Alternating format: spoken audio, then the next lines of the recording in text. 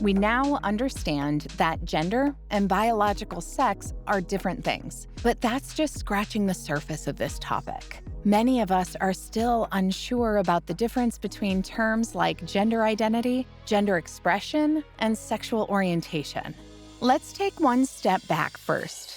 Biological sex is the sex assigned at birth based on a person's external anatomy. People are generally assigned either male or female, although it's worth knowing that some people's bodies don't fit this neat two-type definition, neither physically or chromosomally, and they can be described as intersex. Gender, on the other hand, is less straightforward.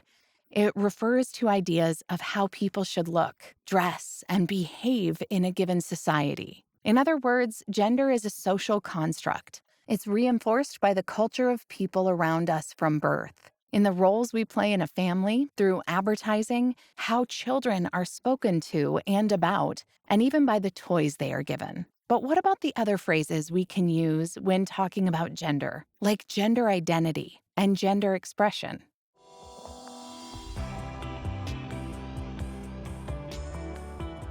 First, a quick word about using terminology. People shouldn't feel the need to label themselves if they don't want to, and it's certainly not right to label others. The point of having all these terms is to be able to talk freely about yourself, not to limit, define, or judge people. Don't worry too much about getting it exactly right. Respecting people and their decisions is the most important thing. Gender identity refers to how a person sees themselves. It's their own internal sense of self, who they feel they are, and how they personally experience gender. This is similar to, but not the same as, gender expression. It's how a person shows their experience of gender to others and how they want to be treated by the outside world. For instance, someone who identifies as a woman may decide to wear typically female clothing and makeup in public, regardless of whether or not they were assigned female at birth. Sexual orientation is also different. It's not just about your own sense of gender, but who you are attracted to.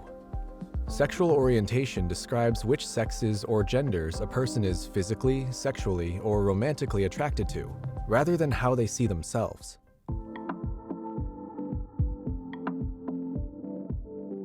A person's relationship with their gender can change over time. So too, the words used to describe people evolve. It's helpful to understand what terms people prefer to use to describe or express their identity. Someone who identifies with the gender they were assigned at birth is called cisgender.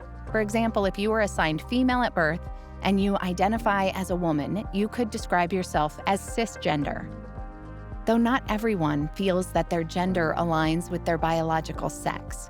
For instance, someone assigned male at birth might identify themselves as female. Similarly, someone assigned female might feel as if they are male.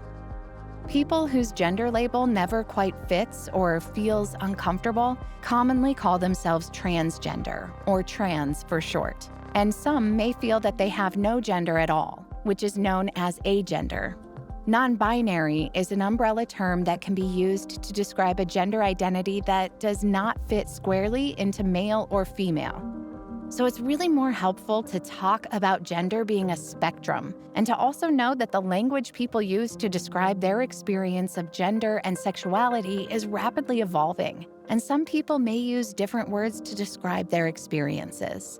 And there's a couple of other ideas that are good to know about too. Gender dysphoria is an intense discomfort people can feel about their physical attributes or the way they are gendered by other people. This discomfort can be felt socially, physically, and emotionally. But remember, not all gender-diverse people experience gender dysphoria. It's also important to recognize that a person doesn't need to undertake surgery or hormonal treatment in order to express their gender. Gender nonconforming people have existed throughout history, but our use of more gender-inclusive language is now more commonplace. Adopting more inclusive language choices helps make people feel safe to be themselves, and included and respected. For instance, saying firefighter rather than fireman avoids offense and enables people to see opportunities for themselves. Don't forget that saying, you can't be what you can't see. The easiest way to find out what pronouns a person likes to be referred to by is to ask them. Don't assume, talk. You can begin by telling them what pronouns you use, such as he, she, or they. Or perhaps you use a combination of these words, or some others altogether. Language, like our understanding of who we are, evolves all the time. As with most things in life, appreciating other people's decisions is the key to creating positive human relationships.